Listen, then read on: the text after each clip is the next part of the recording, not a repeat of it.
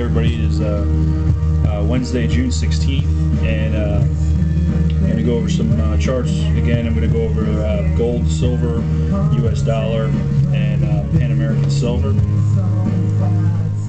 It was an interesting day. We've had some interesting sessions, last couple sessions in the gold market. We'll look at that first. And pull this chart up. Just give me a minute here.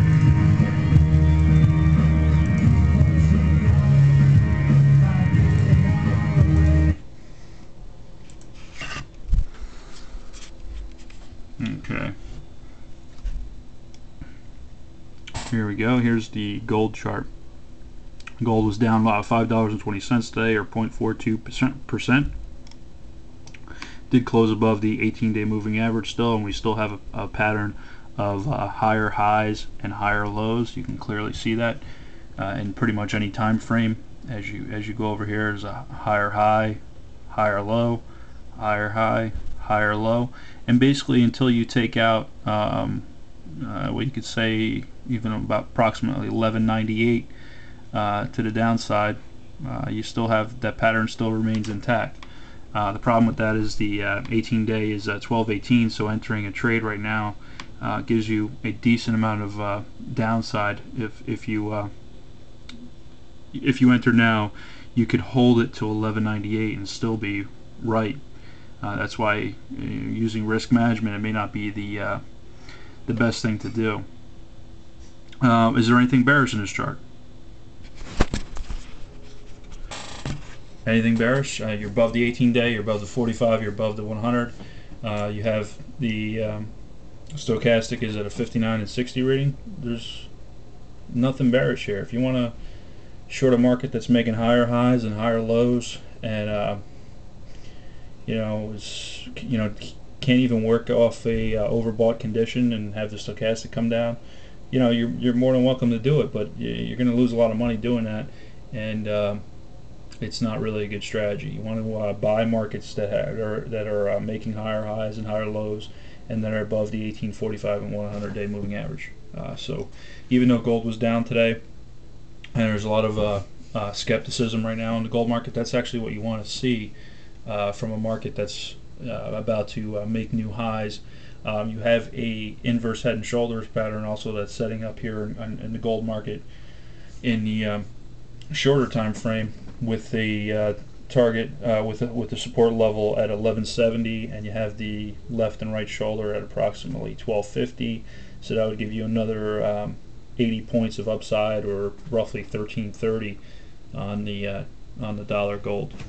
So it's a lot of upside, and I'm still very bullish on this market. I mean, it could wind up breaking down on you, but basically I am going to hold unless if the 18-day is taken out on a closing basis to the downside, or if 1098 is broken to the downside, then I'll take out.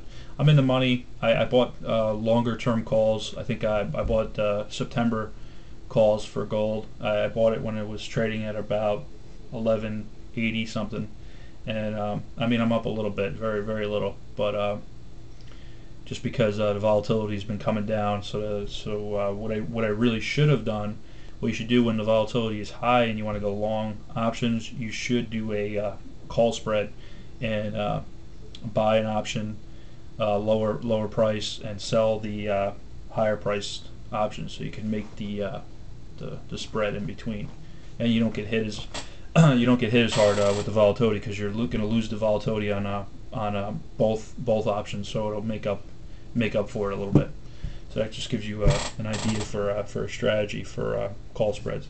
The next market I'm going to look at is the silver market. Been looking at this market a lot lately. And the same thing, we had an inside day to the downside. You were down 10 cents, 0.54%. Really nothing to worry about. You're still above the 18, you're above the 45, you're above the 100. You have a bullish crossover now on the MACD. The histogram is still ticking up. The histogram is down here. It's actually being blocked by the MACD, but this black line has crossed the red. It is above zero, and you do have a cross that is very bullish. The one thing to be a little concerned about is you have a overbought stochastic on a daily. You have a reading of 81.76 and 75.68, so it is overbought. It could embed in the next few days. I mean, you don't generally want to try to predict that it's going to embed, but if we get some, we are going to have a big move in this market. This is another thing I want to focus on. If you notice these Bollinger Bands, I was pointing this out 2 days ago, that were contracting. These pink lines right here, basically, it's at the point where to the upside we're pretty close to the Bollinger Band. But the Bollinger Bands, when they contract like this, you tend to get big moves. Like over here, you see it contracts, you go up a decent amount, and then you come down, and then you go right back up again. I mean, you're going to see, and here's another example. If you go back to here, Bollinger Bands are contracting. What happens? You're going down, and then all of a sudden, boom, you reverse. You make a big move to the upside. So basically, within the next few sessions, I'm anticipating that there will be a big move. I think it's going to be to the upside because the technicals look pretty strong. But if I'm wrong, there could be, a big move to the downside too. There is a lot of support though in the area, so the odds favor the bulls at this point. You can even see the relative strength is ticking up a little higher than the previous high over here. This is another inverse head and shoulder possibility right here on a shorter time frame. There's one on a longer time frame, but as you see here, this could be the head, this could be the shoulder, this could be the other shoulder. You break that, and you should have another $1 of upside. So okay, and the next chart I'm going to look at is the U.S. dollar. It has been breaking down. Today you had a little bit of an oversold bounce in the dollar. It was only up 0.26%. You can see here the long tail. It actually went up and tested the 18-day moving average. You see how it tested the blue line at the high of the day, 86.89. What's the 18-day moving average? 86.96. So you went up there, and then you sold off. See, this is where this body is. This is where it closed.